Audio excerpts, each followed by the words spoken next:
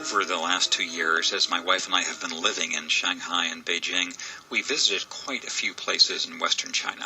We've been to areas of Xinjiang region, which are just complete flat desert, similar to what you would see in Nevada or Utah in the United States. We've seen wind power farms out there and some oases where people grow grapes, and where, of course, the population is mainly non-ethnically Chinese in its origin. These are Islamic people, most of Xinjiang. Same is true in parts of Ningxia region, which is nearby, and of course there are ethnic Tibetan enclaves all in this part of the country. But the place that I spend time describing in this latest article in The Atlantic is a little tiny place called Yellow Sheep River Village in Gansu province. It's an area that is very, very scenic, but also is quite poor. The rainfall is sparse. It's subject to years-long droughts from time to time. And over the recent years, the farmers have terraced the already barren hillsides more and more intensively, and so you have an area that was not very fertile or fruitful to begin with that's become much more hard-pressed as time has gone on. And for reasons I describe in the article, this little village became the object of a lot of attention and a lot of effort by two Taiwanese-born entrepreneurs who decided this was where they wanted to make a mark in trying to transform the poverty of Western China.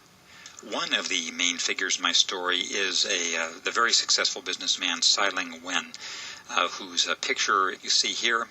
And I won't say more about his drama because it is quite a drama and it's described in the article. But I will say that one of the effects of his intervention in Yellow Sheep River is the quite surprising presence of a 5-star, very polished, international-level conference center in the middle of nowhere.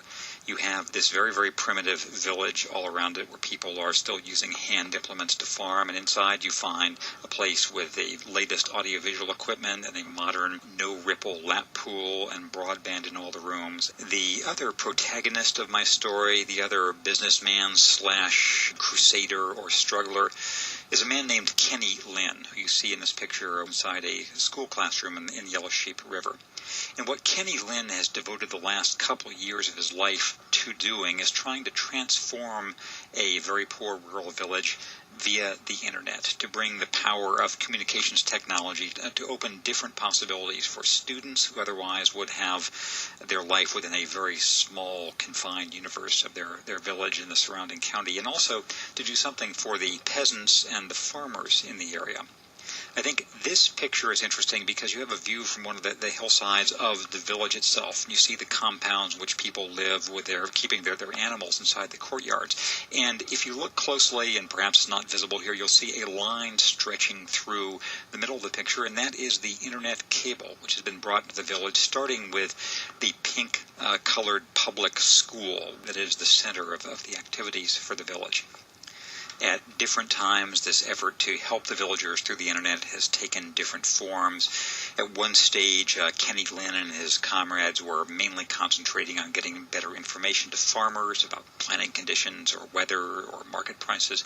At one stage, they also were trying to make connections between students in the hinterland and jobs in factories in the big cities. But right now, the main emphasis of the internet effort is a quite touching project called West China Story. And to understand the implications of this, it's worth saying a word about the conditions of school life for young people in this part of China. Not far from Yellow Sheep River, my wife and I spent some time in an ethnically Tibetan school. Most of the children in this school spend all of the school week there. They live too far away, and there are too rudimentary transportation systems for them to go back and forth each day, so usually they walk a couple of hours to and from their home on the weekend.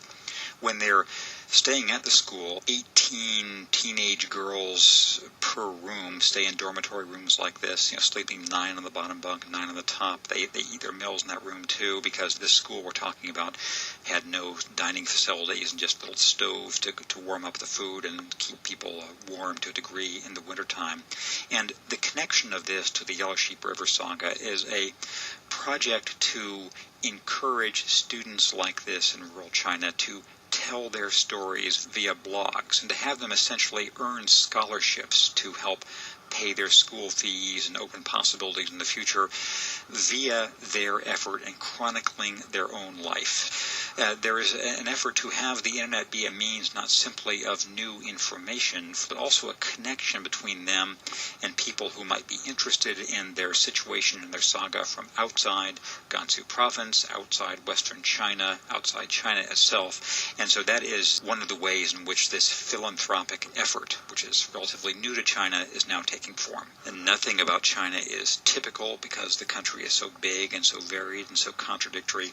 Nothing there is either all encouraging or all discouraging. But this was a part of the country which left a big emotional impact on my wife and on me, and that I wanted to try to describe through the article I've written and some of these pictures.